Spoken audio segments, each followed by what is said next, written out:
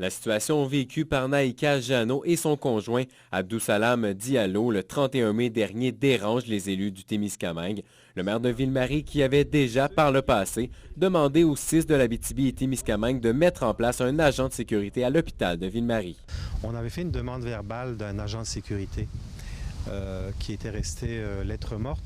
Donc là, j'ai pris la peine d'envoyer une lettre. On demande formellement un agent de sécurité ici sur le site. C'est un manque de respect envers notre population. Comment est-ce qu'on va faire, nous, pour se développer, pour attirer des nouveaux citoyens, si on ne peut même pas s'assurer qu'une urgence est ouverte, qu'une femme qui est sur la veille d'accoucher a aucune information et se retrouve à accoucher dans la rue?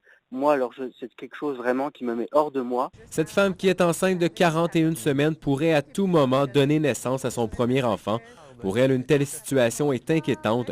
Par contre, elle est convaincue que dans son cas, il n'y aura pas de problème. C'est sûr que c'est désolant qu'est-ce qui est arrivé, puis on souhaite en fait qu'il y ait des mesures qui soient prises pour qu'on évite ça. De notre côté, nous, ce qu'on s'est dit, c'est que si toutefois, j'avais des contractions durant la nuit puis je devais me rendre à l'hôpital, on allait juste appeler à l'hôpital justement pour informer qu'on allait être présent, qu'on s'en venait tranquillement.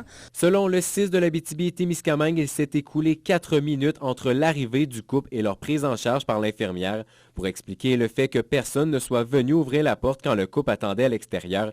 Le CIS dit que le son de la sonnette de la porte d'entrée est identique à celui des cloches d'appel des patients en observation.